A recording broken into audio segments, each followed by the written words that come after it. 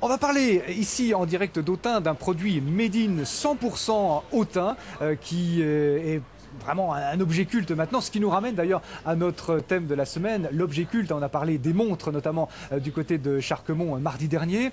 On va parler du mobilier, et notamment des chaises Tolix qui sont donc faites ici à Autun. Alors c'est amusant parce que ces chaises Tolix qu'on va découvrir, on n'a jamais été aussi bien assis dans cette émission, ont conquis, j'allais dire, un peu la France du pastaga et des guinguettes avant de conquérir le New York branché des Epifew aujourd'hui même. C'est une aventure incroyable. Vous avez fait le grand écart là, avec votre produit. Oui, c'est Bonjour vrai. madame. Bonjour monsieur. Oui, effectivement, aujourd'hui on propose la chaise dans différentes couleurs, différentes finitions, dans des mats, dans des pastels, et elle plaît énormément. Et elle est très confortable en effet. Alors, il faut peut-être faire un petit peu d'histoire et remonter à Xavier Pochard, qui était alors à l'époque un artisan, j'allais dire tout simple, qui a eu l'idée de galvaniser en fait la tôle. C'était un des pionniers de la galvanisation en France. C'est ça, il était chaudronnier, exactement. Et dans les années 1930, il a décidé, déjà il a designé cette chaise, et ensuite il a décidé de la tremper dans un bain de zinc. Voilà, c'est la galvanisation. Ce qui en a fait une chaise extrêmement solide. Alors qui résiste à la rouille, qui a bien passé sûr. Tous les temps, bien Voilà. entendu. On peut dire qu'aujourd'hui, on a le recul, puisque c'est une chaise qui est extrêmement robuste. Et qu'est-ce qui explique justement son succès dès le départ? C'est sa robustesse, pas seulement. Sa robustesse, son design, c'est la première chaise industrielle. Elle a été rapidement embarquée sur le paquebot Normandie. Puis 12 000 chaises sont parties à l'exposition universelle de 1937 à Paris. Donc elle a été connue. Elle est entrée dans les terrasses de café, dans les stations thermales ou autres, dans les collectivités également. Alors elle s'emboîte aussi, c'est ce qui fait son succès, en partie. Absolument, elle est empilable, et vraiment empilable, et on peut en mettre plusieurs, les unes sur les autres, voire 10, 12.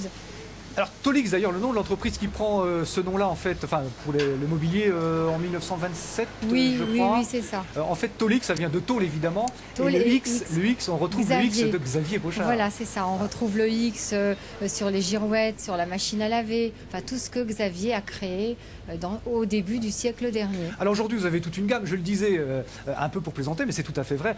Voilà, on retrouve cette chaise Tolix, pendant que notre dessinateur est en train de coquer Jean-Louis Bocarno, très bien, continue à travailler.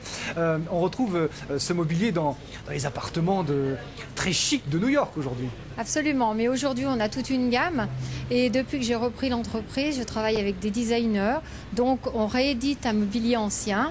Et ils dessinent, ils travaillent autour de ce mobilier, ce qui nous a permis d'entrer dans la chambre, de travailler pour les enfants, d'avoir toute une gamme. Oui, parce qu'il y a une histoire dans l'aventure Tolix, c'est qu'en 2004 exactement, vous reprenez l'entreprise avec des salariés, l'entreprise familiale à l'origine. Absolument. En 2004, la société qui n'allait pas bien du tout a été mise en liquidation judiciaire. Et l'électrochoc, c'est quand la fille du dirigeant a écrit au client que la manufacture allait fermer ses portes. Et j'étais salariée de l'entreprise, et là c'était difficile d'accepter cette fermeture en me disant c'est terminé. Et je connaissais l'attente des clients, et c'est pourquoi j'ai tenté une reprise auprès du tribunal de commerce, et mon plan a été accepté à l'unanimité. Et vous étiez la seule femme dans tous les ateliers à l'époque. Oui, bien sûr. Qu'on a vu d'ailleurs. Souvent. Magnifiques ateliers que vous agrandissez. Il y a combien de salariés actuellement dans l'entreprise Tolix? Aujourd'hui, 70. 70. Oui. Alors vous diffusez dans le monde entier, on l'a dit, les États-Unis en grande majeure partie, mais aussi au Brésil. Absolument. Partout. Russie, pays scandinaves, enfin Dubaï même, les Émirats, et puis ailleurs, Australie, Nouvelle-Zélande. Et vous m'expliquez que vous doubliez la surface de l'entreprise actuellement? Oui, c'est ça. Incroyable. Pour répondre à la demande, j'ai été obligée d'avoir un nouvel outil de production aux normes environnementales, bien entendu, beaucoup plus confortable pour les salariés.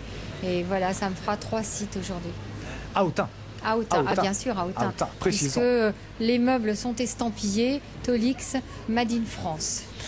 Magnifique aventure que vous pouvez également découvrir dans ce livre, puisqu'on parle aussi de la fête du livre d'Autun, voilà, aux éditions de La Martinière. Ça retrace évidemment toute la saga Tolix. Merci beaucoup Madame Andriot pour vos explications.